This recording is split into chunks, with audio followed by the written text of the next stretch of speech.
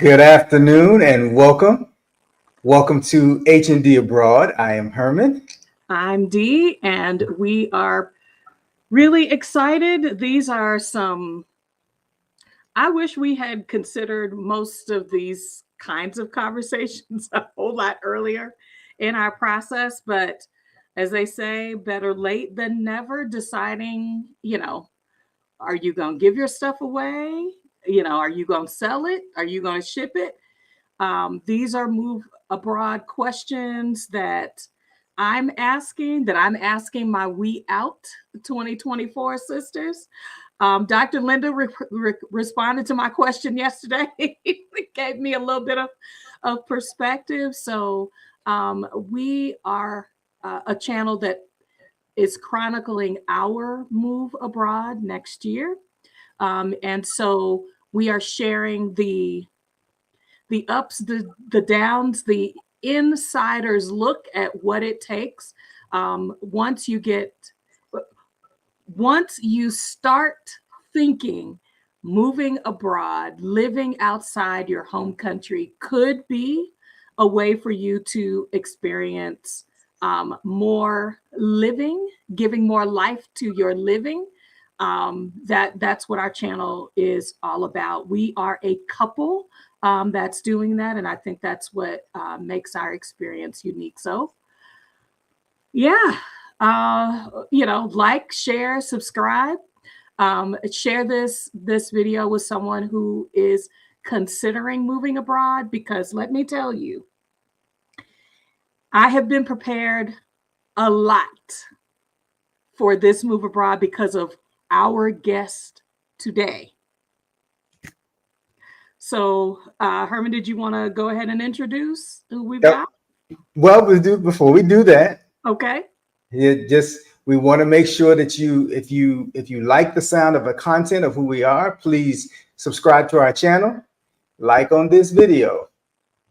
Whether you're looking at us now or watching us from the future, like on this video, that's important to us. And hit the notification bell so that you can know when we are going live. The couple we have today are like our brothers, sisters / mentors. They are the people that I saw and was like, I'm going to do it like they're doing it. Of course, it always changes, but that's what you have in your mind. And we love them. So we're going to bring them on before they kill each other on the other screen. Let's see here. Hold on. Get the unmic and add. Welcome. Oh, hi guys. Hi. Lamar and Angela are here with us today. So glad to see you. So good to be here. Good to be here. Hello. Hey everybody. Everybody. How you doing? So we're gonna have you guys go ahead and introduce yourselves, and then I'm gonna tell the backstory on how we found y'all. Okay, cool. Well, this is Lamar. This is Angela. And we are an expat couple that just moved to well, I can't say just, right? No, it's been 2 years now. It's been 2 years. Wow. That's crazy. Yeah. But we are an expat couple that after the pandemic looked around at our lives and thought, is this it? Is this all? Get up, go to work, come home, go to bed? Is this it? And so we set out on a quest to discover what John 10:10 says, having life, that Jesus came to give us life and have it more abundantly. So we wanted to know what abundant life means. And so we packed up our minivan with our 2 kids at the time and our 2 dogs and moved from Maryland to Mexico and have been loving life ever since. So that's us in a nutshell, right? Yeah, absolutely. And that is so consistent when it comes to you all from the very beginning. And it sounds like a simple story. No, that's not a simple story. No. And I'll guess, Dee, if you want to start, or I can start, we tell kind of how we were trying to find other couples, other Black couples in particular, that were considering the move abroad. And I think, I'm trying to remember her, I think it was you that found their channel, Herman, because Angela was interviewing Lamar, about the decision. Mhm. And he was like, you gotta watch this guy just talk it out.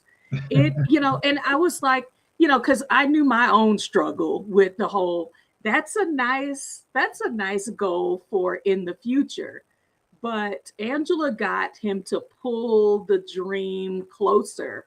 And situations and circumstances in our country, recognizing so many things, so many family factors and community factors, and just how life lined up for you all, the gifts and opportunities that the divine presented to you all along the way, really began to open the door. But y'all, when I say don't sit on your story, Angela and Lamar gave Herman and I points to discuss. You almost can't hear yourself. Sometimes you've been listening to your partner, but hearing someone else talk about it, and hearing Herman say, that's what I'm saying. I was like, for real? So now we've got some things to talk about. Yeah. So that, finding you all was important. Second of all, finding you all and Angela giving me the OCD, the hyper focused view of how to prepare for that consulate visit. Baby, I came prepared. We have put the link to their channel, to some of the videos that we're going to be referencing in the description box, so that you all can also learn from their experience, but also the transparency in which this couple not only is sharing, just kind of their evolution to the move abroad, but like, I told Angela, I was like, that video when you were sitting in the bathroom, you were like, I'm grateful for the opportunity. Oh, Lord. Letting go of my beautiful Christmas trees, letting go of my sorority collection of remembrances. This is a house that we dreamt for, that we lived in with our family. We had events here, and now I'm ready. Like when it hits the rub, y'all, you need to see somebody not smiling and makeup. You gotta see the yes, baby. I'm telling you, I watched that video. We watched Angela release that video the day before we were supposed to leave. I thought it was a call to hold up, maybe this is not our time. And when you released that video, Herman said, stop. We're going to record something right now. Thoughts, feelings. You have to hear and see that this move abroad has so many blessings as a part of it. But when you are releasing yourself, that it's gonna be a little bit ugly. There's gonna be some bumps and hurdles, especially in this part that we're going to talk about today, about selling your stuff, about hosting a family come get it session. And so I just wanted to lay the groundwork of how beautiful, even Anita's in here talking about, baby, that video. I'm telling you, if you want to see some folk keeping it real, this is the channel you need to be watching. And not only then, but now sitting on the porch. Going to look for another house. If you want to see the real, Angela and Lamar are a channel that you need to be subscribed to, so that you can get that authentic play-by-play with the children, with the dogs, with the new babies, with the new fur babies that might make an appearance. So there we go. Here's our newest. That's one of them. This is It's Coco Chanel. Coco Chanel. It's Coco. Louie, make your way in here with your cone on your head. Come here, boy. Come here. I can't hear you, H. Oh, and this is Louie. Louie was recently neutered. Louis had the dastardly deed done. Yes. Yeah. So he's got the cone of shame. So yeah, they're brother and sister. Oh. Coco was the runt, so she's little. But she's the boss. Yeah, she is the boss. She's That's the, always the way it is. the runt, but she's the boss. Yeah. Or yeah. so. And this one right here, he's just a terror. He's just all over the place.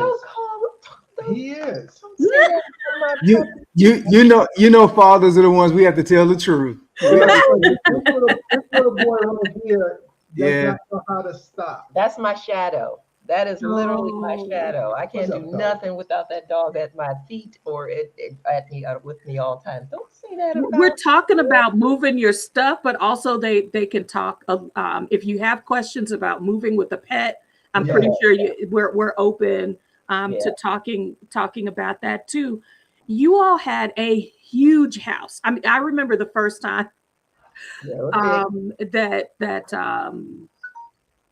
that Rick and Halisi interviewed you. Mm-hmm. And they were like, they are moving from a big house. So I started when I was watching your channel, y'all didn't have, you know, a 2-bedroom, and you all were not leaving with a suitcase and a backpack.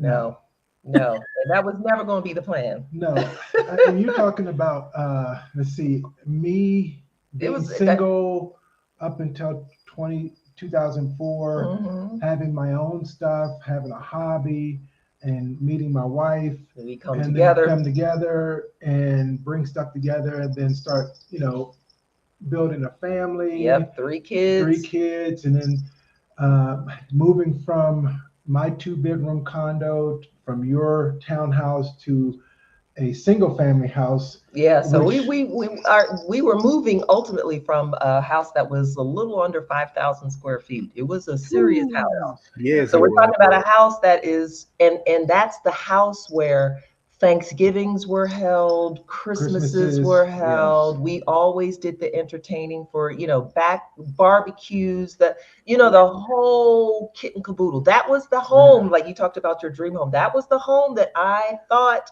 I was gonna have to. That's where they will roll me out of in terms of my casket. That's where my grandchildren were gonna come, and that's where I was gonna sit on the porch or on the on the deck with Lamar and rocking chairs and play with our grandkids. I mean, that was the whole dream. I mean, a huge backyard where the kids could run and play with the trees and the deer and So it was when we decided to leave. Now, mind you, I wanted to actually go in like 2011, honestly. Yeah. And he was not on board. And to his credit, he was right in terms of the time. It was not the time for us to go. But I was always been down to go or what have you. So when he finally came around to and said, yeah, let's go. Both of our parents had gone, had passed over to and made transition. It was the right time. It wasn't just that. I had become, and still am, and more so today than ever, disillusioned with the United States. Yeah, that too. I've said to her, I think that owning a house in the United States is a Ponzi scheme. My opinion. Oh. So so after going through some ordeals, and one of these days when she feels up to it and feels better about it, we'll talk about that last house and how God just orchestrated, but he orchestrated the whole thing beautifully to fall into. Even though it was hurtful, it was also God ordering our steps. Absolutely. Because what it did was solidify for me the fact that this is never going to be what they talk it up to be. The American dream, owning your own home, all that kind of stuff. And so when we finally came to that point of packing up and getting ready to leave, we were both in the mindset that, it's time to go. Yeah. But it doesn't make it any easier when you have to let go of your stuff. I mean, your stuff, your good stuff. Because your you're talking about more than just leaving stuff. You're essentially saying that you invested in it like another part of the family.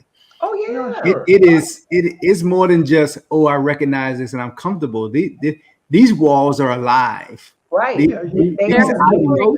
There's emotion tied to the physical place. I mean, you know, where I feel like where I felt like we started, where I feel like a lot of people start is, okay, so what are the easy things to get away? Where did, I mean, and then you're talking about everybody's deciding what's gonna go. So why don't we start with you all, and then we'll move to the kids. How did you all decide your initial purge process? Well, I think initially it was kind of easy for us in the sense that we knew we were not going to be backpackers, two suitcases and a backpack people. Not gonna happen. Not gonna happen. I already know me. Two backpack. So and I tried that. I actually did like a little exercise where I tried to see, okay, if I had to condense my entire being down into two suitcases, what could I actually get in these two suitcases? And man, listen, that was excruciating because there were so many things that I was like, okay, well, this can't come, that can't come, this can't come.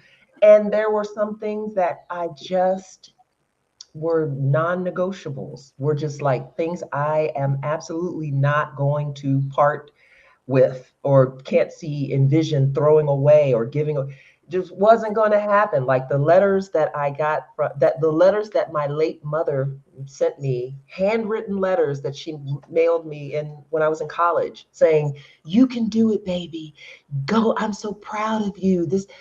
I was like, I'm not throwing my mama's letters away. I can't do it. I can't let it go. No. So we always knew that we would be bringing some stuff with us. Plus, Lamar is not a bopper.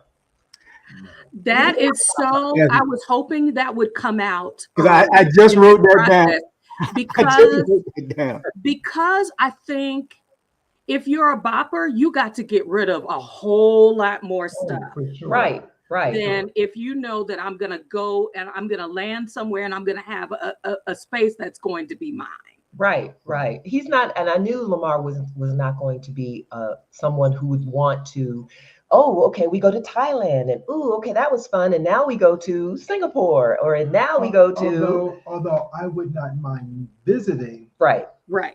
But he was not going to be, even if it was a slow kind of bop, he was not going to be. He was going to want that kind of permanence of something to. This is my bed. This is my thing. And you got to kind of know that, especially if you're a couple, you got to kind of know what your partner needs or what you need in terms of feeling secure, feeling happy, things like that. So we knew pretty much when we came to Mexico that this was going to be picking up our home base and putting down our home base in a new location. The ongoing conversation, the conversation you all had with AG3, the immigrating versus expatting. Yeah. You know, if you're expatting, you're someplace and you're moving. You're here for a while, then you're there. You've left your home country. When you're immigrating somewhere, you're settling roots. You're relocating. Yeah. You're saying we're going from here to there. And I think that definitely lends itself to transporting potentially more of your things with you. Because we hear people say all the time, we sold all this stuff and then we left and then we went and rebought all the same stuff we sold. Right. And I hate that. I do not want to do that. Right. So we pretty much knew.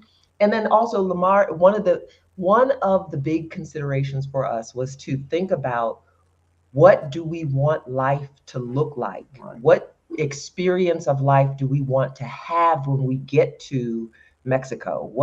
And we're both over 50. I'll say that. I don't have a problem. I just turned 62 and I'm grateful. I'm thankful. I am but the babe. Because there have been classmates that have died and gone on and things like that. So for us to move here, I needed something that I enjoyed, that had started before we had gotten married. I'm an avid motorsports fan, and I got into remote control car racing. And so when we looked here, there was a track here, and that's the things that I brought. Right.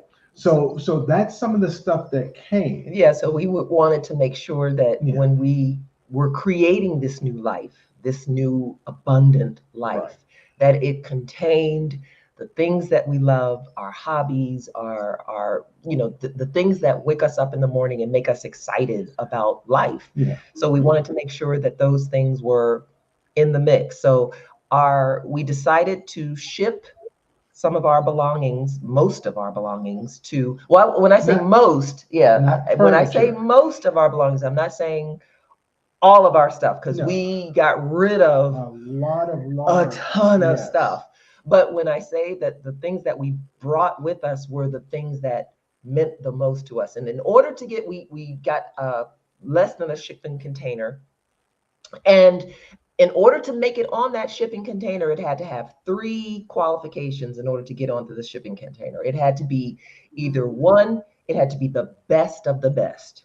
The best of, I mean, the good stuff that we absolutely love. Like, for example, his mom used to, before she passed, she used to, for Christmas, buy us towels every Christmas. Every Christmas. It was like, Mother, thank you, but you bought us towels last year and the year before that and the year before that. But they were good towels. These were the good towels, though. Good These towels. were the good towels. All right. So if we were going to bring some towels, we were like, we definitely bringing the plush good towels. And speaking of plush, on that same line, we had heard that here in Mexico, mattresses were kind of right. So we had actually just purchased a brand new mattress. Right. So we had done our homework and had heard that the towels and mattresses, or bedding and linen and towels, Correct. wasn't all that great Right. in Mexico. So we were like, bet we'll bring those things. So we Right. brought those things. So it had to be one of the best of the best, or it had to be one of a kind, Right. just complete heirloom kind of situation, Sure. or what have you, that I can't replace my letters from my late mother. I can't replace the little snow globe that she got before she died. I Right. can't replace those things that have such important memories for us. And then the last one, it had to also be something that, like Lamar is talking about with his hobby, things that you can't get anymore. You Right. can't get those things. He's been racing and doing 1998. Yeah, since 98, and same with mine, or a little bit around that time as well. So there's some things that we have in our hobby collections that they don't make anymore, because and that are really good stuff. So we were like, I can't get rid of this because you can't replace it. Right. And then finding it is going to be difficult. Plus, listen, we brought our clothes. Oh, for sure. I'm 6 I was about to say, you all have a unique set of circumstances around as when you were mentioning the mattress, but go ahead, Lamar. Yeah, we're both tall. Yeah, we're both tall. And I knew I wear a size 13 shoe. Yeah. So, and when I actually I bought some socks here recently and got the largest size and still couldn't fit my feet. I mean, like I was putting my feet in. now. Angie's got them like baby socks. So, I mean, and this is not because it was funny. The chiropractor yesterday or the day before yesterday said, when he was measuring, put me on the table, he goes, "Oh, I'm sorry, I'm used to dealing with short Mexicans." Oops, bloop. And I was like, "Oh," and so he had to raise it. Yeah. But me being tall, shirts, coats, Finding suits, clothes all here that. in Mexico for people who are over 6 feet Yes. is So- it's not. Is not. So I hear two things. I hear what we share all the time: research, Mhm. understanding more than just the basics of where you're moving to. Right. Because one of the things that Dee and I talked about it. We're gonna have to buy some towels. We're going to buy some sheets. Yeah. There's some, and it's not quality as much as it is differences in what you prefer. Right. Things that people have and what they like and what they're used to versus what you have and what you're used to. Right. And if you want to meet that need, you get the things that meet that need. And then on the other hand, you have those things that are strictly irreplaceable. Right. They are those things that are, we've talked about just photos. We have photos that go back generations, Yeah. to people who some of them we knew, some of them we didn't, and those were passed down to us by people who they themselves are no longer here. Right. And so how do we deal with that? And then there's I guess, to throw another piece in there, there's the storage piece. Are we going to store these? Are we going to bring these? Did you all store anything, or you simply sold or brought it? No, we got rid of all the stuff things. that was in the States that we didn't want to bring with us. Like winter coats as far as clothing. Yeah, we didn't need it. We didn't need that coming here. Right. We did get rid of, although I kept some of my sweaters because, I stay chilly sometimes. Yeah. But we got rid of a lot of stuff. The majority of furniture, I think we only really bought 3 main pieces of, besides my craft room and my pieces and your workbench. And that, we bought a chair that belonged to my great-great-grandmother. Right. That's been passed down. I bought Grandma Jetty's chair. I'm looking at it right now. And we bought in the dining room, the buffet, that little buffet thing, the Ethan Allen, really nice buffet that was Ethan Allen chairs. Oh, and those weren't Ethan Allen chairs. They're nice though. Yeah, they are nice. Very They're nice. very nice chairs. But yeah, those are the one of the things, Angela, I was going to ask you about is I know that moving things that contain like wood, because of the possibility of having termites or introducing a species into another culture. Did you have any trouble getting those things shipped? No, and it may be some other countries that may have some. I would definitely check that out. Importation restrictions like that. Yeah.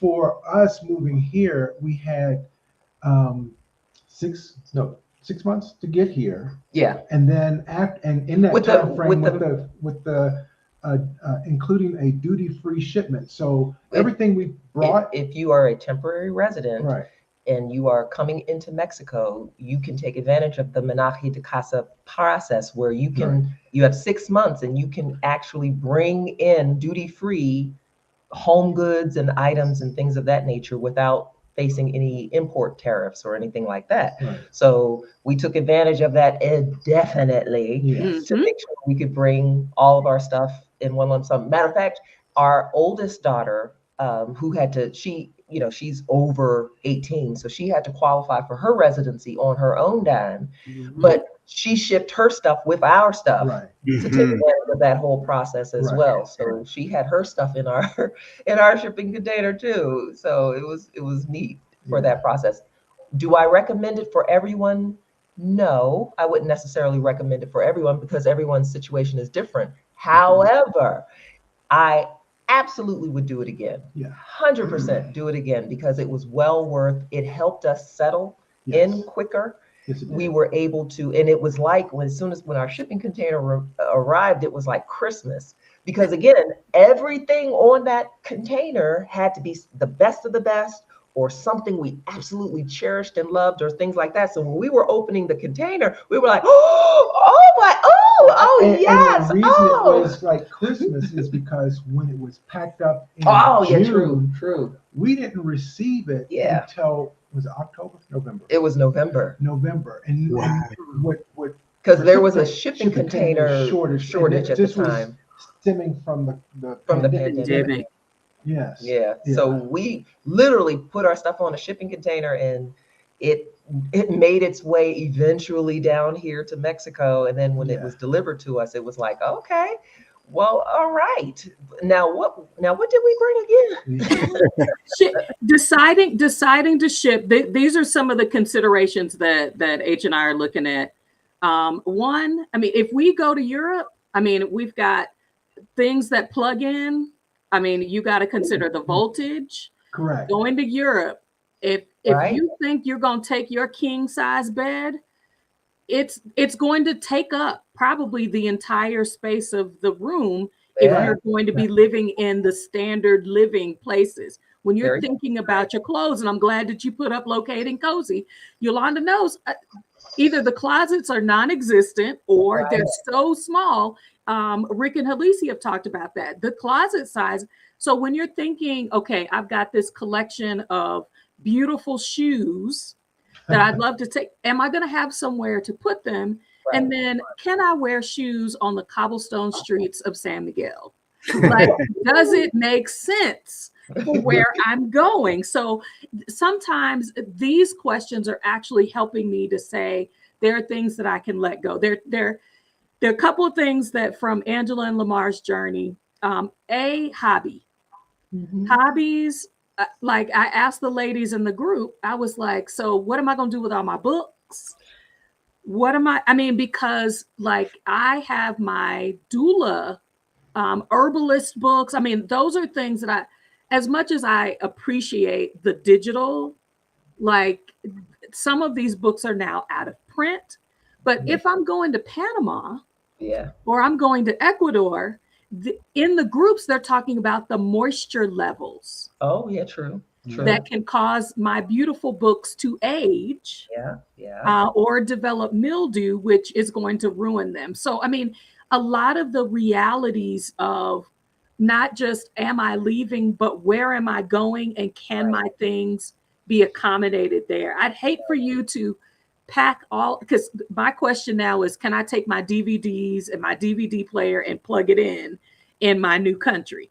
Because Herman's looking right across the room at my whole collection that we spent years, the Black videos and things like that, or CDs from my dad that I want to hold on to. So you all got the puppies. Your declutter was several processes. Yes. So can you talk about, the family giveaway? I think Lamar, you had a barbecue where you barbecued everything in the deep freezer. Can you talk about what are the opportunities you took advantage of early on, and then even later in the in your stage to getting rid of or reducing the things so that you could put the things that you love on a shipping container? Our whole process came together rather quickly. It really came together fast. I would probably say we started in October-ish of 2021. Yeah. October, November. Yeah. We hit the ground running in January. Yes. So we actually we hit the ground running in January. We're out by the end of June. So we had 6 months to rip this Band-Aid off and make that whole thing happen. Right. And sometimes I wonder whether we should have done it. And I know we could not have done it slower, because it would have just been agony. It would have been agony. So it kind of helped us to have that shorter time frame to start making some serious decisions about what gets to stay, what gets to go. Having that criteria, those 3 criteria for us was so clutch, so key, because it enabled us to really kind of go, well, do I really need this? Yes, and doing your homework ahead of time, knowing what the I don't know what we would have done if we were moving to a place that the outlets didn't. Oh yeah. Oh man. Yeah, that would have been. That would have been, because we'd have had to get all kinds of adapters and things. I can't even see it. I can't even see it. Yeah, I mean, just being here, that piece being the same as the U.S. made it easier, but there are also some things that we had to be aware of, like the houses not having enough electrical outlets, things like that. So we had to prepare. We learned that when we got here, right? But the process for us leaving from getting an estate sale company to Angela doing the research and figuring out which shipping company to use. And then you talked about the big barbecue to, get rid of our freezer. We had a huge freezer down in our basement that had, food stuffs and things like that. Well, we knew we had to sell the freezer. Right. So it was the weekend of Gabby's birthday, my graduation from my doctoral studies and all that. So we just decided to have a big old So I took all goodbye party, birthday party, chicken, invite everybody over to come eat up our food and eat through this refrigerator and freezer, and then also to come around and look for, if there's something that you want, you better speak now, or it's going in the estate sale. So we had family.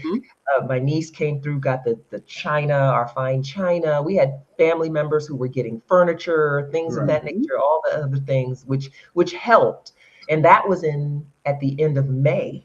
So that process of purging from January to May, and then having this everybody come get happened at the end of May. And that set us up for the estate sale, and then to be selling off individual items that we knew we didn't want to leave to the estate sale. We wanted to make sure we got top dollar for, and we did that kind of at the first part of June, and then spent the rest of the month after the estate sale just kind of getting rid of things going to Goodwill, things going to shelters, things, just giving away.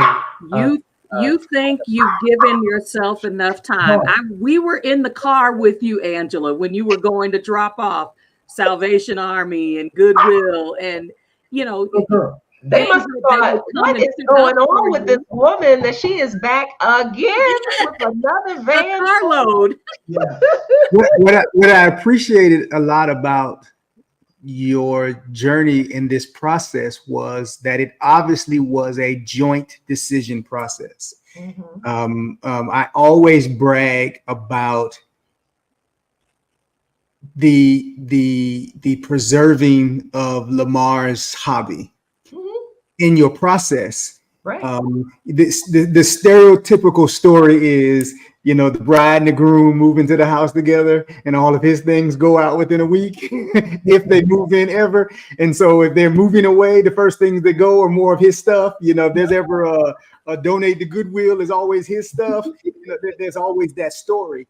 And the preservation of each person's important things, and then deciding what was give and what was sell and what was share was a joint conversation. And that can be a really hot point. That can be a really difficult point, because it's not always easy to see why that 95-year-old t-shirt is important to the person, even though it's been in the box. But I got the last Thundercat shirt. that Thundercat shirt got holes in it. It's riding a dime with me. Right. And little things like that. But at the same time, taking time individually to say, why am I holding on to this? What is the emotional connection to this? Right. Did I remember I had this?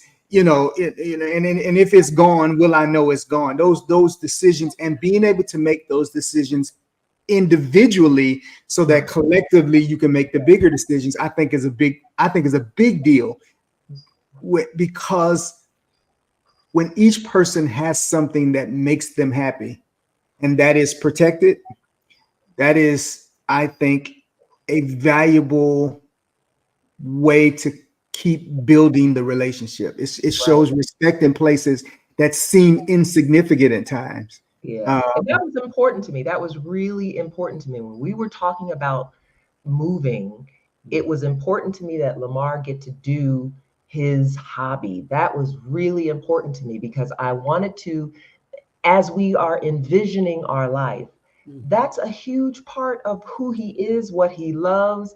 And it makes me happy to see him be able to go out and do his racing and come home with his little trophies and things like that. That makes me happy that he gets to do that. So that was really y'all. I'm telling you, these wives have next level skills. She could sell the move abroad. The way could be made smoother when she found something that spoke to her partner's heart.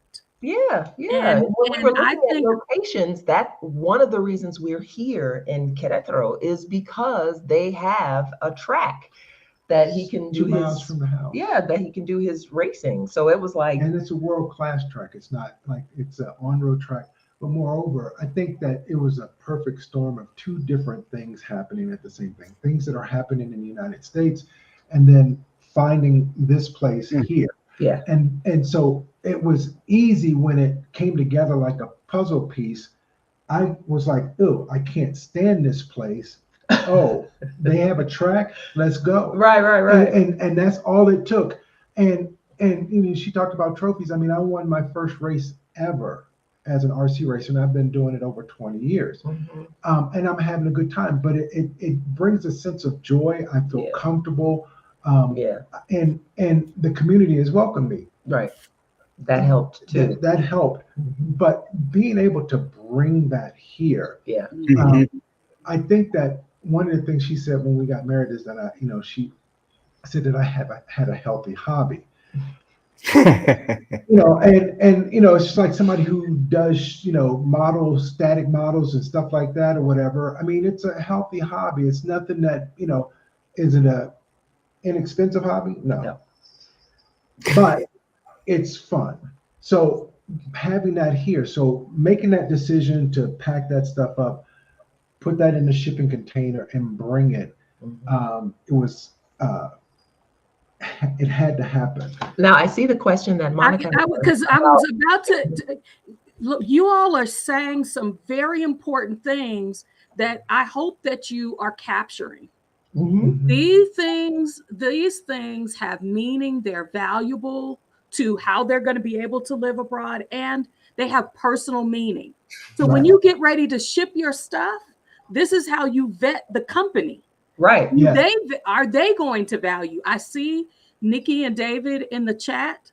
Their story, we may have them on back next week, because every shipping story is not, there are successful, hey, we got our stuff, and then what happened to the stuff I put in here? Oh, Angela gave that. Y'all got a little bit of that to deal with too. Yeah. Angela gave a 411 on that. So as you talk about selecting the company, Mhm. if you feel comfortable Oh, yeah, saying sure. what company that you all use, you're welcome to share that. Yeah, sure. But then, do you get what you pay for when you, so looking at that shipping cost. So Yes, both of you guys break that down for us. what we were looking for and what we were pleasantly surprised and received was, we wanted someone that our company came in, they packed up the remaining things that were there, packed it all up and put it in the shipping container. Or actually what they did was they had to ship it to Baltimore. take our stuff to the port in Baltimore. Eventually it made it to a warehouse not too far from where we live. Right, because they had to find there Shipping was containers. a extenuating circumstance in terms of not having enough shipping containers available at that time. Right. I don't think they have that same problem now, but that's what they had at the time. So they had to take our stuff to a warehouse and hold it until they could find a shipping container, and then take it to the port in Baltimore, and then ship it out. So so they came in, they packed up everything, and listen, let me tell you, the people was like ninjas. Yes. Going through that house. I mean, those brothers were on it. They pop, and everything. Next thing you know, everything. That means you guys had to be super organized. Right, and this is because when they came in, so that they could do their work. It wasn't organized. But to set the expectation, this is just, so think of it like a regular house move, but right. That's the only difference is it's going into a shipping container and going on a boat. Right. That's the only difference. You have movers, and they do have to pack it in a certain way. Because we still had some stuff that had to be disposed of. So just kind of keeping the stuff that had to still go to Goodwill, segregated from the stuff that we wanted to actually ship. and things like that. That was a little organized. Well, I don't know if I would call it Yeah. organized, but it was. But it came together. It Right. eventually came together. So what they did was they came and packed us all up and shipped it or put it on the truck and took it to, eventually made its way to the port in Baltimore, Right. and then eventually came from customs in Baltimore to customs in Veracruz, Mexico, and then it was driven from Veracruz up to our door. Like a regular move. So instead of having a truck just drive it all the way, it went to the water and then back to land, and they put it actually they brought the container down to a shopping center where they unloaded it into another truck and brought it. Yeah, because of the neighborhood that we were living in, they couldn't bring the shipping container. Because it was a full container. We didn't fill the full container, but it was a large container. Right. So but you get what you pay for. But right. We in the cost of our moving, they actually not only came and packed us up, but they also came and unpacked us. Right. So we had that as well. So they took the stuff off the truck and put it in the rooms where they belong, just like and all a that regular kind of move, stuff. just like a regular. And then helped us unpack the plates and the kitchen and all that Yes. kind of stuff. Yeah. So it was, it was well worth it. It was well worth it. Absolutely well worth it. We probably spent around 12 to 13,000, right, all said and done. Yeah. In terms of the shipping and all that kind of stuff. Was that, now that's a lot. That is a lot. Yeah. However, when I think about the expense of having to replace, and like we said before, some of the stuff for her hobby, my hobby, you can't replace it. And she said it's curated. It's stuff that was manufactured early on in the industry. Yeah. Some of these things have been discontinued and gone. The furniture that I bought for my craft room it's an IKEA set. It's an IKEA kitchen set that's been discontinued. Yeah. That they actually have websites of people who are searching for and selling this stuff. Set. This particular set.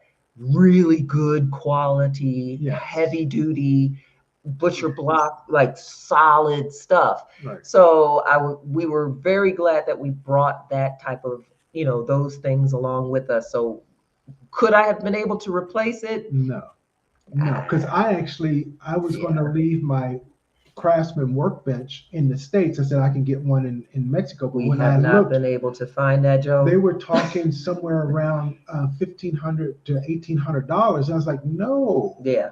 I already have a quality workbench, so we packed that up and brought it. There were some kitchen things that we bought, like my KitchenAid mixer. I wanted to bring my mixer.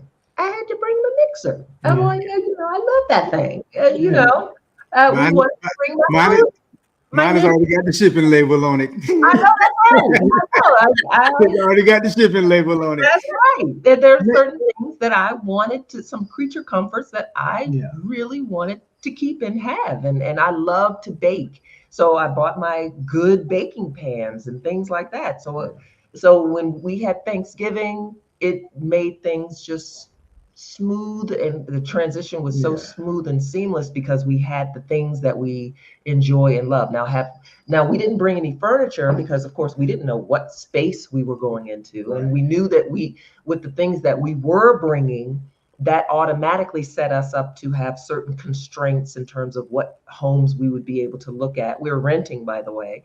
And so that set us up with certain constraints of what we could look at, because we had to take into consideration, now I'm going to have enough room for your hobby stuff and then my hobby stuff. And then, the bedroom for the kids, maybe,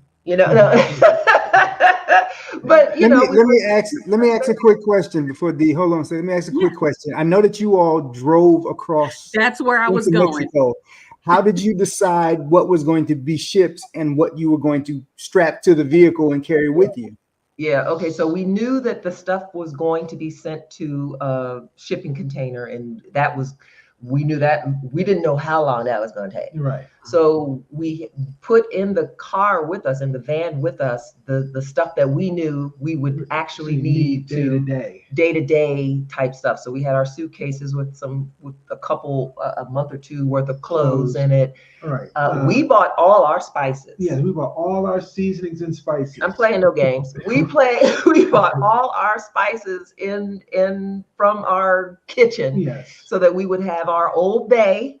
Yes. Hello, we from the DMV. Right. We had to have the Old Bay Yes. and all of those things that we love to cook with and things like that. We bought that. We had dog supplies for the dogs. We had, I don't think we had my hair stuff. Yeah. Had to have my hair supplies because, again, not sure what I was going to find in terms of Black hair care products and things of that nature. So we wanted to make sure that was in, and the girls, I had my girls. So, you know, us girls had to have our stuff. What else do we have? Because it's different, Angela, outside the US. They don't make it the same. So I'm just saying, ladies, get your lady products and take them with you until you can find the match. Yes. We have to make sure we had some stuff on deck and in the shipping, or that wasn't going to be in the shipping container. We bought food. There's some little food stuff, little food stuffs, not a lot, because we knew we didn't want to put that on the shipping container, but we, needed to have some stuff with us. We brought those kind of things, and the van was packed. So it's a Honda Odyssey, backseat down. That whole area was stacked to the packed, and then we had a roof rack. Yeah, we got a roof rack carrier for other stuff, and so we was 4 days. Yeah, we broke it up over 4 days. So we drove from Maryland to Tennessee to Knoxville.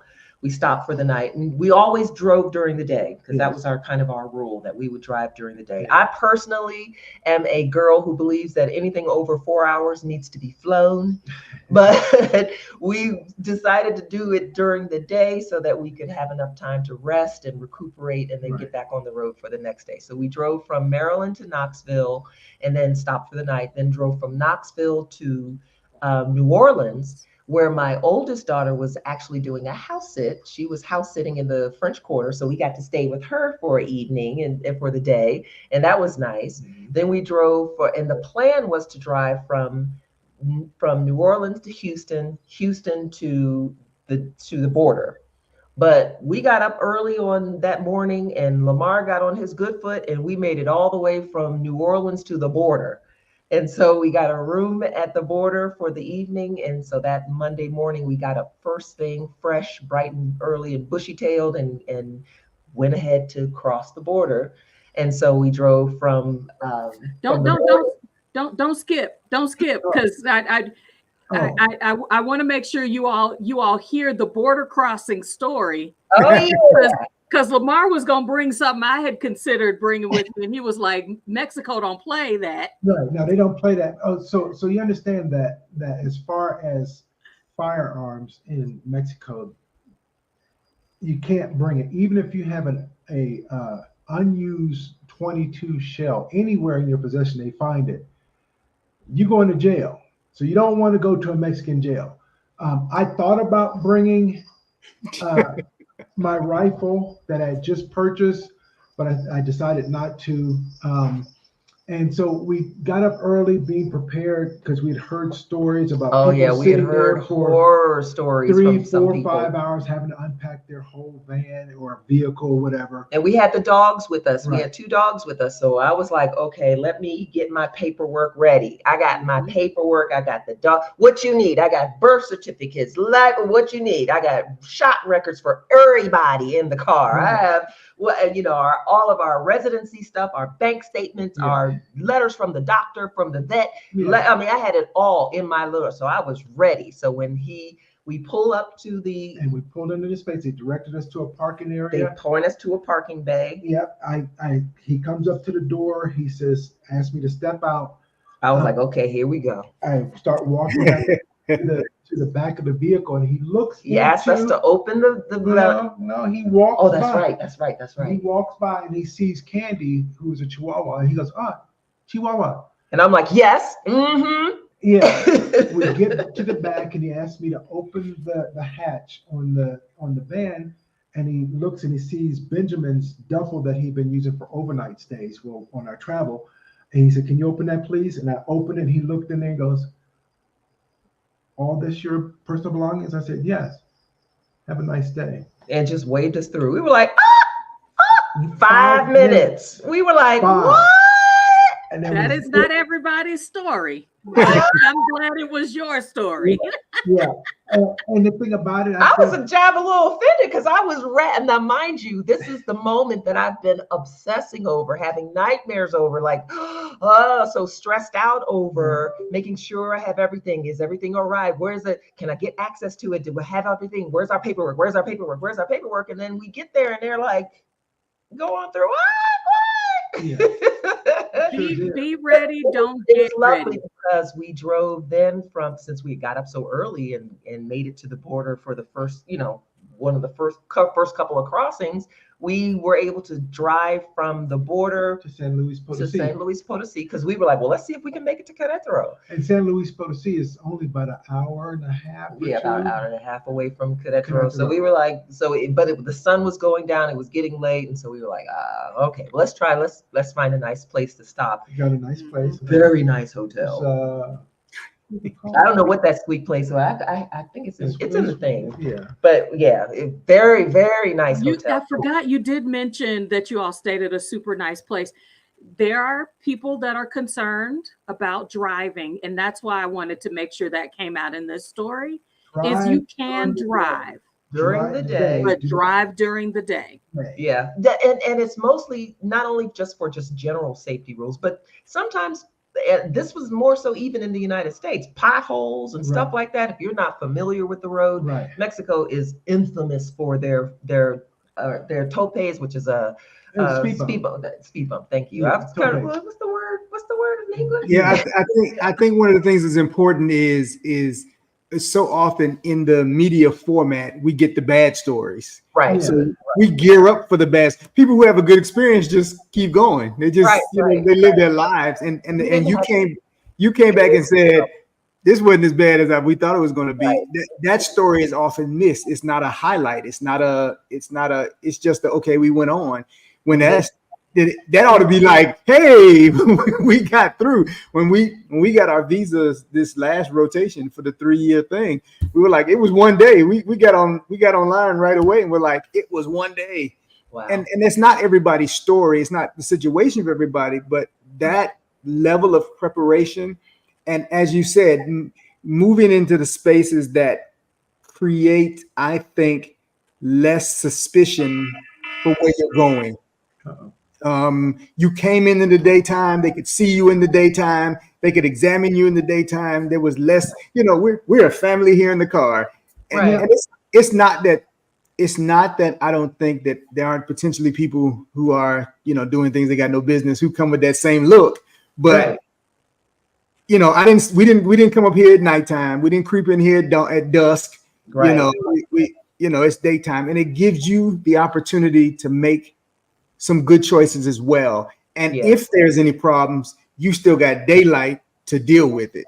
Right. And then also just seeing signs and just being able to enjoy the countryside as we're driving by. It gave us a nice, a really nice experience in the car with the kids and stuff like that. So we had a good time. It went fast. Yeah. We got to San Luis Potosí and decided that hotel was so nice. We decided to stay an extra night. Yeah, that's what it was called, the Stay Suites. And so then we made it to Querétaro the next day. But we were planning to be with the Exodus crew for the very first meetup in Cancun. So we literally drove from there to the airport. Yep, dropped the car off, dropped the car in, parked the car at the airport, got our carry-on suitcases with the dogs, and hopped on a plane to Cancun. Y'all packed in a lot. Y'all know how to travel. Y'all packed in a lot. From your journey of packing, you all had a lot going on at the same time. Giving yourself a little bit more time may not have, as you said. Everybody says pack earlier than you give yourself more time to go through your things than you think. Yeah. The organizing of it all, as far as these are things that family's going to get. These are things that are going to Goodwill. Having an estate sale while you're also trying to protect the things that you're going to put in a shipping container. I'm Right. telling y'all, all of these moving parts, everybody's not respectful of. This is not a space you need to be in, for an estate sale, So hiring good help, it sounds like, is really important. Yeah. You talked a lot also about the positive aspects of it. I'm able to take the things that I love. Somebody mentioned in the chat about family photos. I mean, that's something else that's a struggle for me. But there's also kind of some downsides to the process, because there's a lot of tracking you need to be aware of. Even though you declare everything, and Nikki and David, I know, I mean, their experience is very fresh in my mind, but video, be thoughtful about getting, writing down the things, taking pictures, taking videos of what they're packing, because if it is not unpacked, then you have to be able to justify it, and there are consequences from when you don't. So did you guys want to share a little bit of kind of the cons to that part of the process? Yeah, we set up we had a sunroom that we set up as staging central. So the things that once they got packed and they were definitely identified as something that was going on the shipping container, we put it in there. And I kind of wanted to have it in the sunroom to kind of, because the sunroom was about as big as the shipping container would be. So I kind of wanted to also get a feel for, are we bringing too much? Do we really need this? Does this really need to come? That type of thing. Our puppies are Children going crazy. They're chasing candy.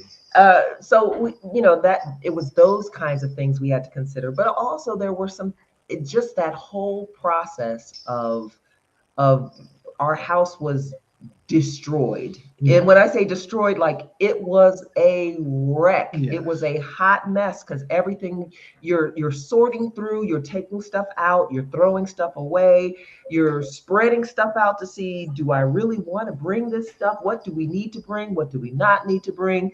So stuff that was packed up and neatly stored away now is like all over the living room floor and all those kinds of things. And if you're anal retentive like I am, you like to have a nice, clean stuff put away and everything in its place. And it was not that way for a smooth 6 months. It was the whole time. Like the house was a wreck. The garage. Oh my God. Let's not even talk about that garage. I think that the extracurricular situations that were going on. True.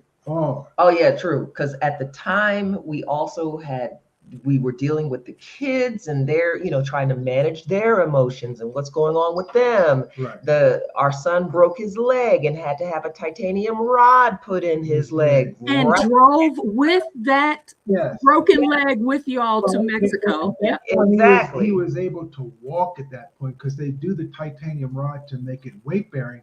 He had been through physical therapy, so he was able to. So he was okay, but it was still that just the process of, you break your leg, and then Gabby got sick too, and she was in the hospital. So it was like, oh my gosh, all of this is all happening at the same time when you're trying to pack, have an estate sale, downsize, wrap up loose ends, make sure you've got all the paperwork and all the things that had to take place. It was a lot. And so I can look back at those videos of that time, and I can just see the stress on my face. And there was this one video that I'm thinking of in particular when I was downstairs. I know I was on the verge of snapping. I was, you could tell. So when I see that video, I was like, woo, she was, woo, she was all having a day right there. Cause I was like, oh, It'll take you out. It'll also eat into, it can eat into your budget, because I done packed pots up. How we gonna eat? I mean, just the little things that you're navigating, so I feel like I can't move from this spot without saying, y'all, make sure if you're going to ship your things, even if you're going to put your things in a suitcase, what I'm reading is video or take a picture of what's inside. Yeah, yeah, for sure. Take a picture of what's inside, take a video of what's inside, take a picture of the outside of your suitcase, because there are rules, FAA rules that will allow you to be reimbursed if things are missing, if you can justify what you have. When things go missing in your shipping container, hey, I know I packed X, Y, and Z. You can go back as a reference to a video or photos of those things so that you can have a reference point to say, I know this. You see your man putting it on the, on the flatbed truck or whatever. I need to know where this is. Having a detailed list for each box. Right. Yes. What's in that box, to know what you have in that box, so that when the box comes off the shipping container or arrives at its destination, that you know what's in there. But that also helps you keep a record of, what am I bringing? And do I really need to bring this kind of thing with me? As do I really need to bring this? I think about the moving company when they came. We were told that we would have to inventory things by serial number, like electronics and things like that. Because we brought three televisions and some other electronics. But when it came down to it, all they did was write down and put numbers on boxes. They didn't know what was in those boxes. Yeah. Now, this may not hold true for where you're going, what country you're going to, but when they sent it here, every box had a sticker with a number on it, and they wrote it on the Menaje de Casa, and that was it. It was an inventory. That stuff came over. I don't know what boxes they went through, the one that they took stuff out that belonged to you, and that was it. Other than that, I didn't see any other, and how they knew this, I don't know. If it went through an X-ray machine, I don't know what they did. Yeah, we had I had some jewelry that was in a box that was deep inside that had clothes in it. So it was some gifts that Lamar had given me, some necklaces and things like that. That was and some cosmetic jewelry. Yeah. That was all in that box that had clothing in it that, I didn't need those clothes, so I didn't have those clothes, in the car or what have you. But when the box arrived, okay, great. Here goes my clothes, put my clothes away. Here goes the boxes of jewelry, various items of jewelry that Lamar had bought me that were still in the box.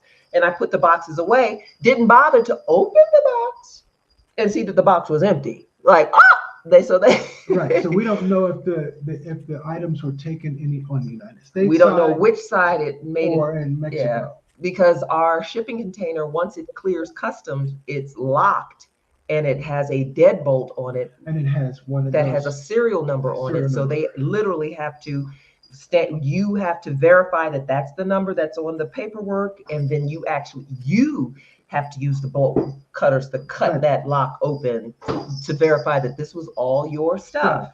So we don't know where. How long was it before you found out? Yeah. Oh, I didn't discover that until like 2 or 3 months afterwards. Because again, here goes my little watch, my Movado watch box, and I'm like, okay, yeah, that's my watch. And put it on the counter, or put it on my dresser, and didn't bother to open it to see. Right.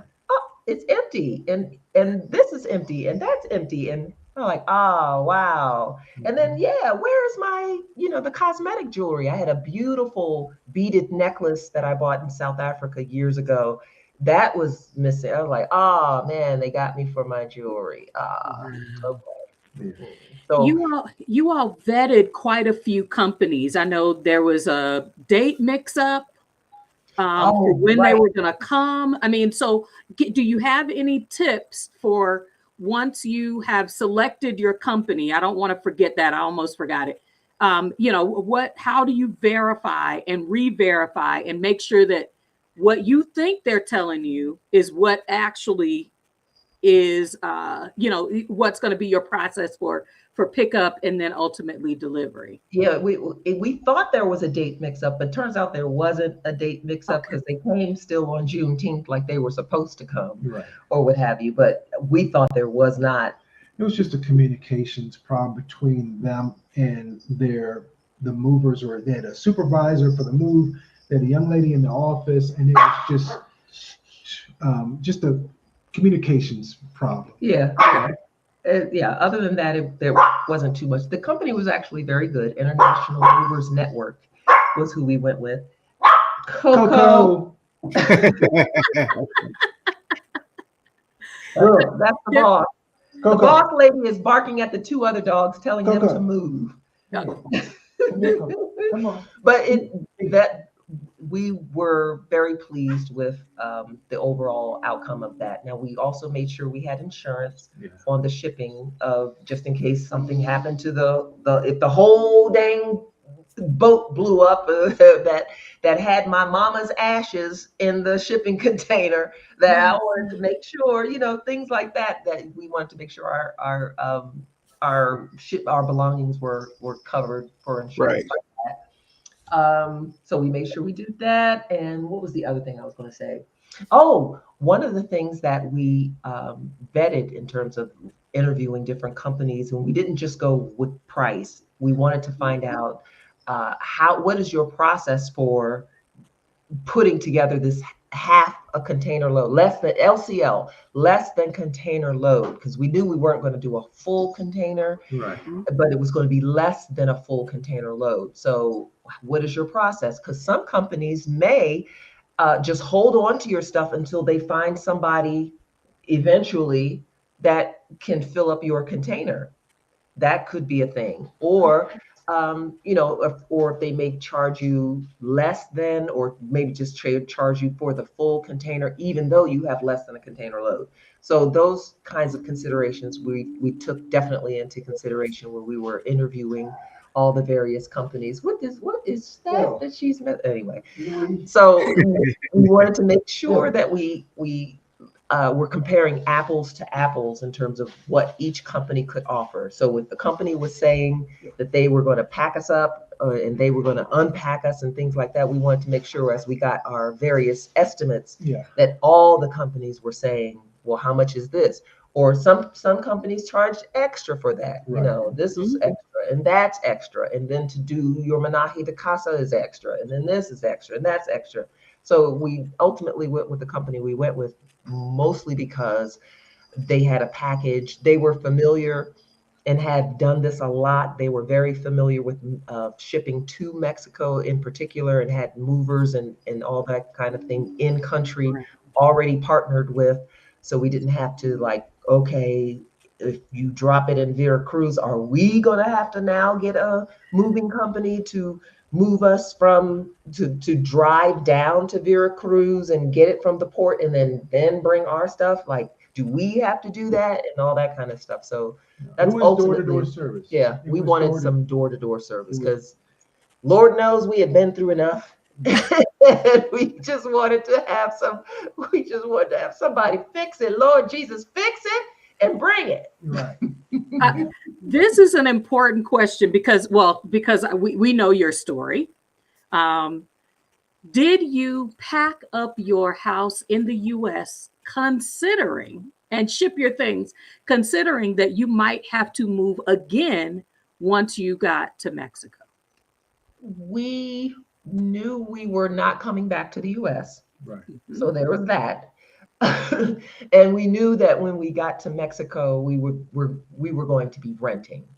So our thought process was really just when we got here to find a place for us where we wanted to play. Now and we say this a lot on our channel as well. When you are renting in a foreign country, you need to really have boots on ground. Yes. To look at what you're looking at, because sometimes they can take some pictures that make it look really nice. Baby, yes. We have a whole when we search for the first house, we have a whole series of videos that show the insides of some of these places, and from things like poor lighting, uh, outlets. Yeah. The construction of the houses here, and this will vary in different countries, but here they're masonry. So once they build the house is built. Mhm. Outlets are where they are. Light fixtures. That was a consideration. Yeah, because some rooms that we went into, they only had one plug for Right. the entire like a room. bedroom. Yeah. So you got one plug. So what? We got chargers that need to be plugged in, lamps, things like that. So modern houses, and they're building them that way here now, like the one we live in currently, where you have enough circuit breakers and things Yeah. like that to handle, modern electronic equipment. But you got to know what you're also looking for, because Right. I knew this guy was Yeah. not going to go for charm. Oh. That's not going to be his thing. It's not going to be, all that kind of Charm. Oh, it's got character. Yeah. No, it's no. Because I'm thinking, Lamar, I'm thinking, okay, so my biggest concern if I were going to ship things was just trying to get it from the US to my place, my rental place. But you guys had to move. So yeah, we moved. when you're looking at the volume of things that you're moving, even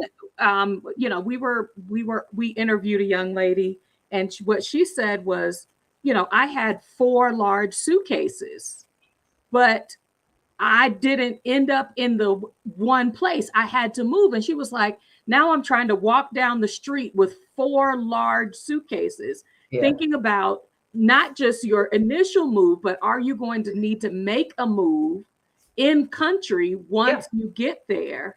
May also help you decide, do I really need to take more of these things? Because I'm going to have to figure out how to get it from A to B in country. Now it's going to be on myself. I'm going to have to find a moving company. I think Aging Grateful also talked about their move from Puerto Vallarta to San Miguel de Allende. So, do you think you would still ship your things if you considered that you would be moving again in country? Oh yeah, absolutely. Because the issue for moving, I've moved a lot of times in my life, and we've had.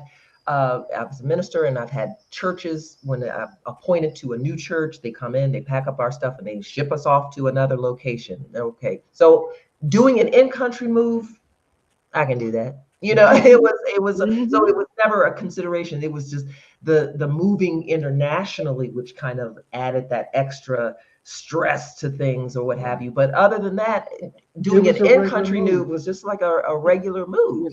So it didn't feel as bad or didn't feel as stressful for us. And even though he doesn't like to move, nobody likes to move, but he doesn't definitely get stressed out when it comes time to move. And so when we were leaving our last house, or the first place that we came to, and decided, okay, I think let's get ready for, our son was leaving for college. He was leaving off for college. And we thought, well, definitely, will we need to have all this space for, ultimately, it'll just be me, Lamar, and our younger daughter, and then eventually she's going to be gone. So do we want to kind of downsize now? And we had also got a tip from some of the other expats that some family homes that were the cost for rentals had gone way down. Right. So we were like, oh, wait a minute. Right. Okay, well, wait a minute. Maybe we ought to look into possibly making a move. If we were going to make a move, let's make the move. But we proposed to our current landlord to separate the two, because it was 2 houses really, and they were attached. There was a small house and then the main house. The small house. The small house was originally built for the mother-in-law.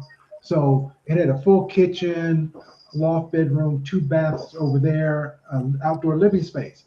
So we're like, we don't need this anymore. And we had found out that particular space had been rented out before as a separate apartment. So we proposed it, and he comes back with this whack thing about well, my wife and I were thinking about moving back here, and We- living in the living small in your, because we had it as an Airbnb, Airbnb. living in your Airbnb. We like what you've done with the place, and we love what you did. Maybe you could just leave your furniture and stuff. We were like, no. okay. Okay. So Okay. and they wanted to thwart that whole Airbnb thing. So That's what Lamar thinks. yeah, but so they proposed it, but also to take the middle office, which was my office for his wife, which was where my hobby stuff resided. That Yeah. was a no-go. And we were like, so where am I? Then gonna you put- also factor some leases in Mexico allow for an automatic increase in the rent after a year. So a 10% increase in the rent just because. Yeah. And so some people was like, well, try to negotiate. Ask your landlord to say Yeah. no. But he really wanted that dollar Right. or really wanted that peso. So we were like, okay. And then the worst mistake he could have ever done was to leave us on unread for a kind of a whole week. Leave me to my devices. But what upset her was the fact that he goes, well, in the neighborhood, this house, they're renting this house for I'm seeing that the neighbors are, 75,000 they're pesos, getting 80,000, 80,000, 90,000 You're pesos. talking $5,500 to $6,000 USD. USD. No, and I'm decreasing the space. No, I'm not. We were doing like, it. exclude us? No. No. So I definitely took the advice of some of the other expats and went out to look and definitely found lots of other houses that were way cheaper. So we were like, and just as nice, if not nicer. So we were like, oh, well, this made it easy. So by the time he circled back, I had already got the lease. And we're like, we're leaving. Let me ask a bit of a split question here. And so the first part of it is, did you move to a more, using classic terms, a more rural area or more urban area, more populated area? Did you move to an area that was more native based or more expat based? And the reason I'm asking that question is, you all moved a lot of physical things. Mm-hmm. You had a lot of property brought to your place. Right. We all know here in the States, a lot of times we move at night so people can't see what we're moving into our house. And when it comes to safety, there's always the concern in other countries that people see your stuff, and security on housing is different. And when you're away, how did you maneuver that process? Did you think through that process? Was that an issue? Has it been a problem? Because people have talked about, I've had people wandering around my property. I mean, I know that isn't for everybody, but I know that's a broad set of questions. But yeah, the place that we were coming from a double gated community. So that there was already that level of security in terms of that. The home that we were moving to is also it's kind of gay. It is. There's a security on both ends on the main street, but it's secure because they do, patrol the area in their security cars and stuff at night. I hear them at night on a 4x4 that they ride through. The house here that we're in a kind of I guess what is considered an upscale neighborhood now. Yes.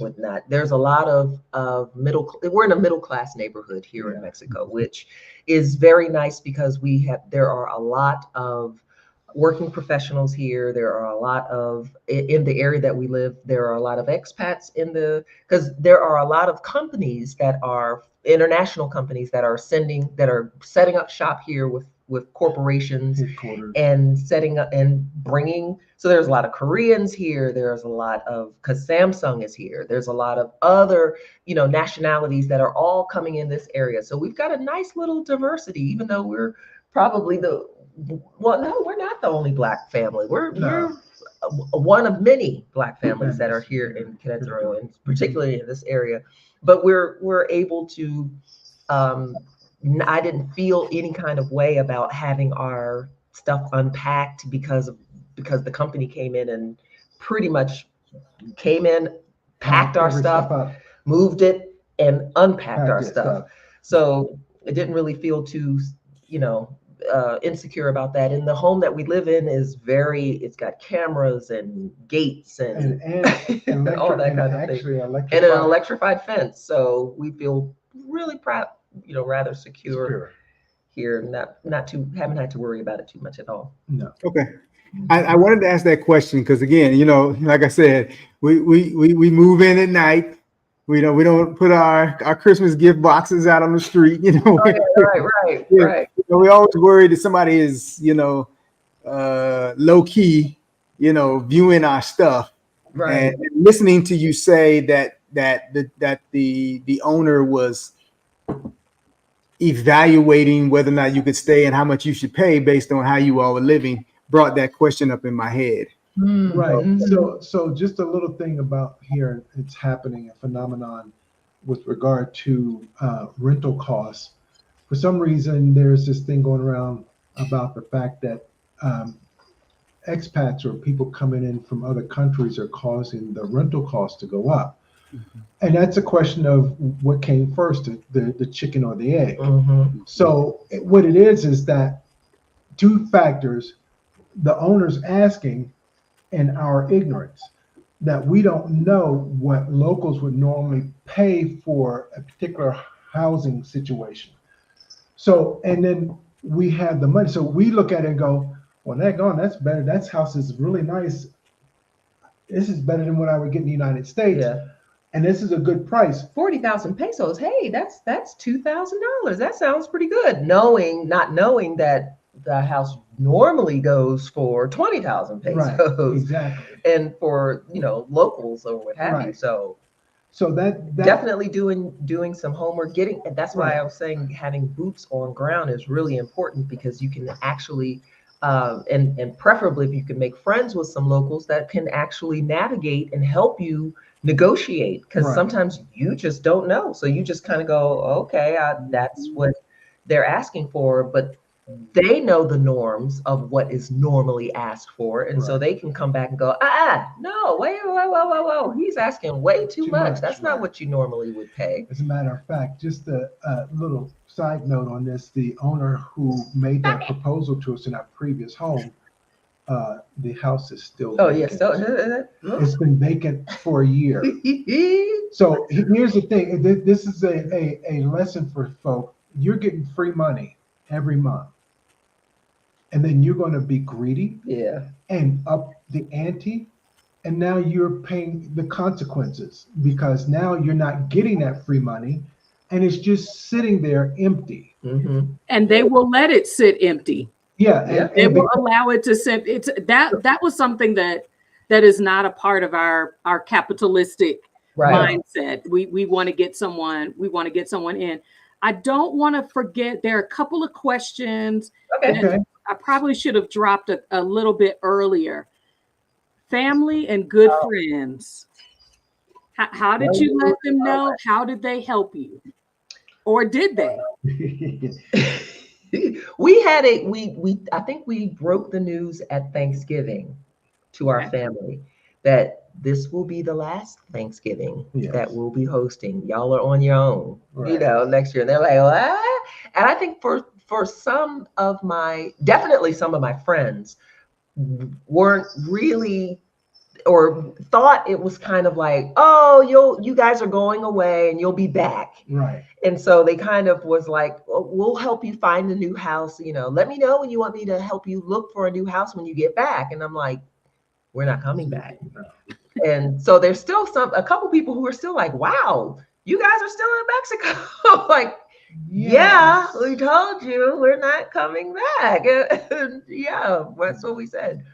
But family, pretty much, we did not entertain a lot of yap, so to speak. I mean, we pretty much was like, this is the decision that we've made, and deal with it. But that's ultimately how it was. We didn't, my mom, my dad, his mom and dad had passed. So our parents were not, those would have been the only ears that I would have been listening to. If there was ever a conversation to be had, I would have listened to what they perhaps had to say. But since they were gone to glory, it was like, well, see, my brother is a Trump supporter, so this is unfortunate. And so I wouldn't have listened to him anyway. because he subscribes to all this mess about Mexicans, bringing their worst and all this stuff. Shots fired. Pew, pew. So I'm not going to belabor the point, except for just to say that people are people. So here in Mexico, you have good people and you have some people who make poor choices, just like anywhere else, just like the United States. So making them out to be any different than anywhere else in the world is ridiculous. The propaganda, the lies that are told on the listen, Mexican people work hard. The ones that we've been in contact, they hustle. They work 2 and 3 jobs, some of them. Yeah. They are respectful. They're good folk. I've made a lot of friends We've made a here. lot of good people. So no, my sister as well. She's of my dad, who was, don't put a sunroof in the car. Don't get an ice maker in your refrigerator. Sunroof in the car. I'm dating myself. Sunroofs were not an option in cars back in the 60s and 70s, so you had to cut a hole in the roof because my father thought that they leaked. Well, yeah, they did leak if they weren't installed properly. Mm-hmm. Now they're built straight from the factory. They don't have this leak problem. But my sister won't get a sunroof. She won't get an ice maker in a refrigerator because it leaks water. So she's of the mindset that, are you going to Mexico? No, there's just some advice I'm not taking for people with no passports. Right. I'm just there's Then there's that. Yeah. That's a T-shirt right there. I'm making a T-shirt.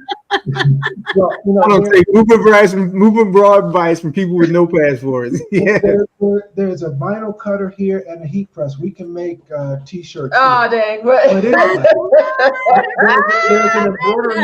there's an embroidery machine right there that we can embroider that. Wow! I mean, but yeah. But it's true. There are people who will give you advice and tell you all about the horror stories of what they have heard and never been and have never stepped foot outside the United States and would love to tell you all about it. So it's like, listen, protect your dream.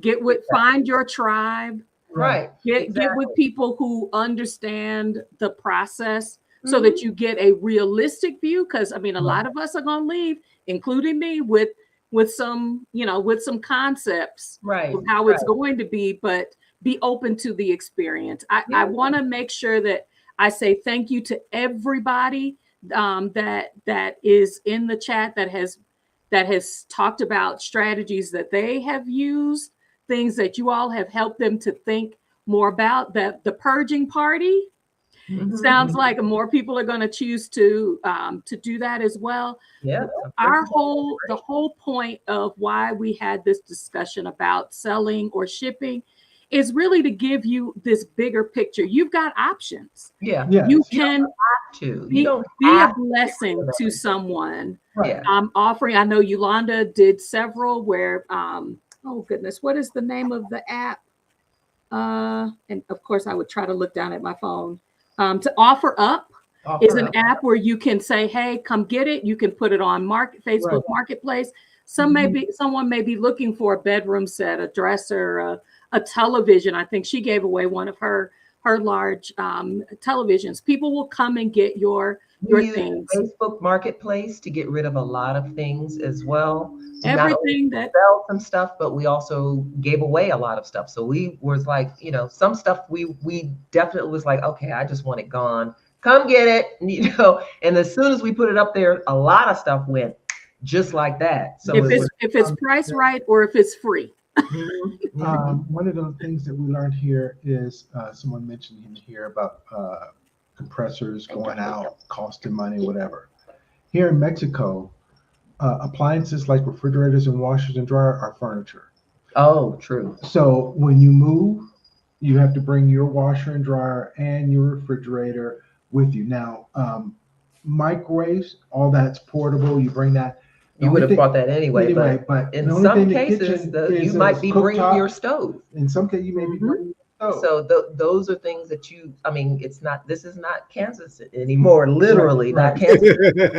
Right. You've got to kind of move in that new direction Right. that might require that. So Yeah, I take mean, that into just learning consideration. Do your how Googles. to live in the country that you decide to move to. Mm-hmm. Learn the different processes, utility costs, how to get utilities, like the propane that's delivered, or Mhm. paying your electric bill, paying the water bill, things like that. We're in the process of putting a whole house filtration system here so that all the water from every faucet is drinkable. Yeah. So we already have it set up on our refrigerator because they make them small now with the ultraviolet light system that kills the bacteria, so we can drink the water from there. But you can do the whole house. But yeah, appliances or furniture here. So we moved our refrigerator from the previous location here. We sold the other refrigerator. We had one in the Airbnb or in the other guest house. We sold that one. But yeah, learning different things on how the process of doing different business here, bank accounts, how to open those. This has been a new experience, but it's not that it's not doable. It's actually something that you just have to learn. The only barrier really for me is just the language. Yeah.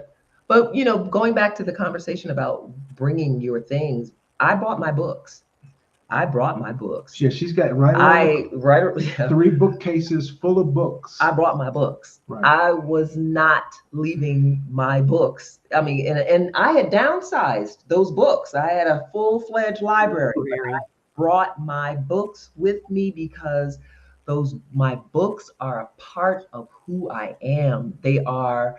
I enjoy going to my library and sitting down and pulling out my books, or if I'm doing some research on something and I need to have, where's the book about? And like you said, some of the books are out of print.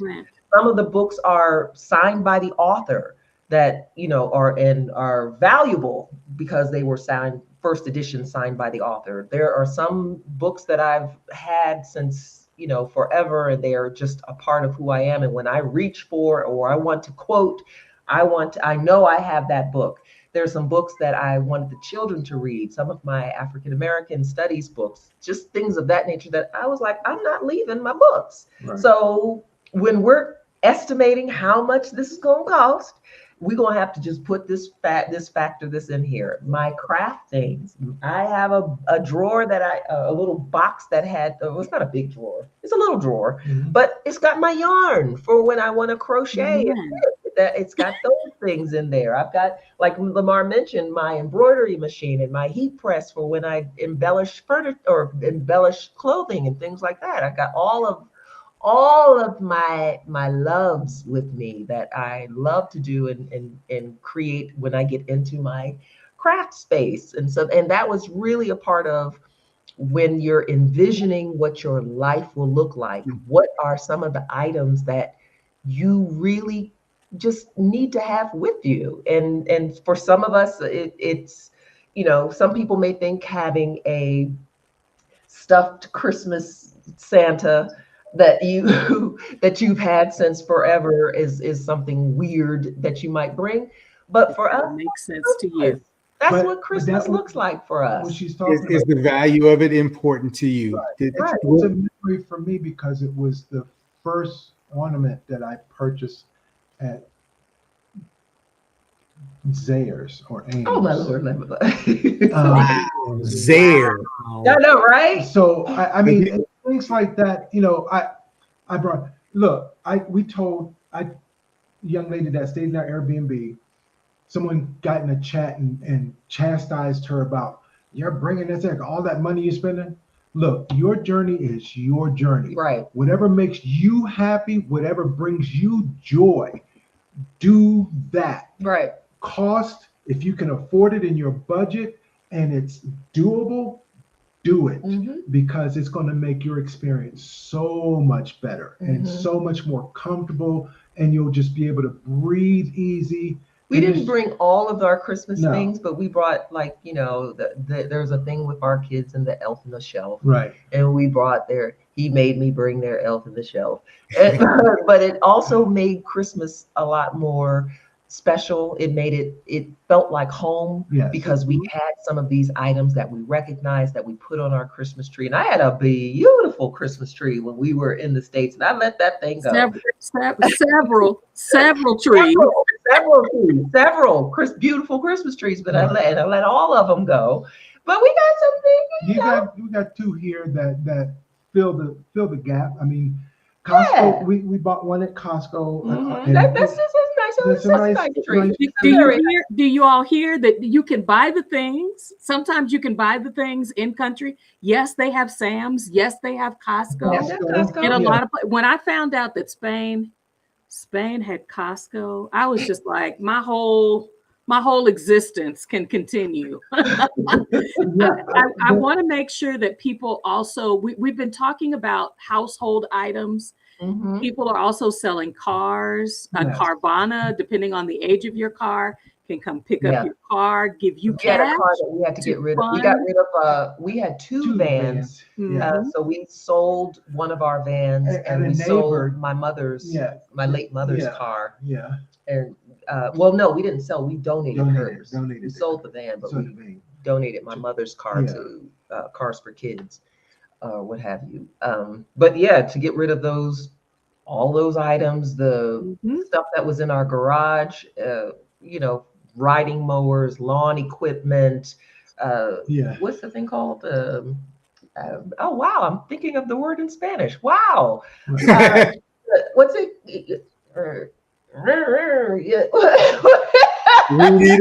Chainsaw. Thank you. Okay. Wow. Okay. Well, you answered that question that was asked earlier. Is it how have you grown in your language? Oh wow, yeah. You thinking in Spanish? I'm forgetting the English words. Wow, that's crazy. But when we did work on that, that's another thing I would recommend too, is start learning the language of wherever you're going to, so that when you get on ground, boots on ground, it's first of all, it's never going to prepare you. You're still not going to be prepared, right? Because even if you still have a lot of language, or even if you think you're fluent, when you get boots on ground, it's not going to be the same. The young lady told me yesterday that even she's from here, there's different slang. Yeah, true. And different nuances in the language that her grandmother said something to the other day, and she goes, "What?" And she still didn't get the gist of it. So, but learn the language. Yeah. It definitely they will respect you. The thing about it, they like to see you making an effort, because there are some that come here. There are some that come here that don't, and they want to. He's doing this, by the way. Yes. They want to push you in the direction of, no, I'm a colonizer, and I want you to speak. No. This is their country. Yeah. This is their country. So I'm going to respect this country and learn the language. And I'm working on it daily, increasing my vocabulary. We're getting around. We're much better than we were when we first got here. And I've counted a blessing, and I counted a triumph when I'm able to drive through Krispy Kreme and order my Krispy Kreme donuts. They opened up a brand new Krispy Kreme bakery here. Lord of mercy, I can't hear you. I can't hear you. I wore my Wakanda shirts for Lamar today. So every time he went in, I could get. This is why. Take notes, y'all. You have options and opportunities.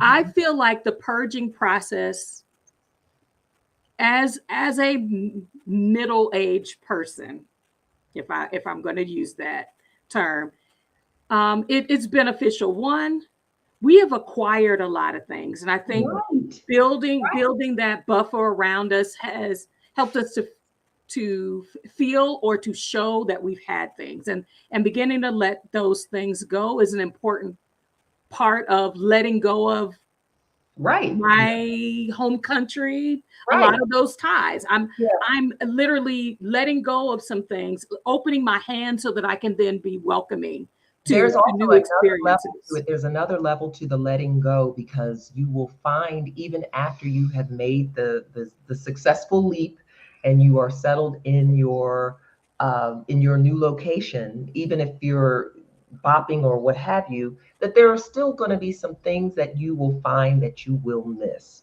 You will occasions that you won't be able to be there for, or you see your friends doing things or getting together for things on Facebook, and you're not there. You're not able to just hop over and go experience that thing, and you're like, my sorority just had their Eastern Regional Conference, and I was like, or they're having their conference, and I'm not gonna be able to, that kind of thing. But that's like a very legitimate feeling of there's expect that level of grief that you have to kind of let go. The things that you used to go to, the places that you used to go to, the just your familiar, the barber shop that you attend to go to all the time, or the hair salon that you go and kiki it with the girls. There are some things that you're going to let go of, and you never really think of it until it's not in your purview anymore. It's that kind of go, oh wow, I miss those things. And that's normal. And that is normal. It's normal to feel that and allow yourself that saying of goodbye to those things or what have you, because that's an important part of you being able to make that transition, by acknowledging that I feel sad because I'm leaving this thing, or I'm leaving this place that I've grown up in and I've known all my life, and on all those kinds of things. And I'm now leaving that behind. It's great to think about the sense of adventure and what you're going to, but you really do have to reconcile your feelings and emotions as you are leaving something that you've always been familiar with and are used to. That's a real thing that you got to kind of prepare for. I And think if it's a you're big not deal. prepared for it, it will knock you upside the head. The purging process, I think, has been helpful to us. I mean, we've moved more in the last 8 years than we have over our 31 years together. Mm-hmm. With what I have learned is what I value isn't as valuable to other people. So when you're pricing things, Right. don't price it like, this has meaning to me. Get it out the door. That's the most important thing. Right. But the other piece of that is that as I purge, I'm really trying to hold on to what is meaningful and communicating that to our children. Why is this vase important? Because if I'm not here, they're going to have to deal with this. And that is, we watched our neighbor when we were newlyweds. We watched our neighbor purge her house. And probably not even 3 years later, she passed. So her children didn't have to go through all of that stuff. She had, she was 60, mid 60s, late 60s.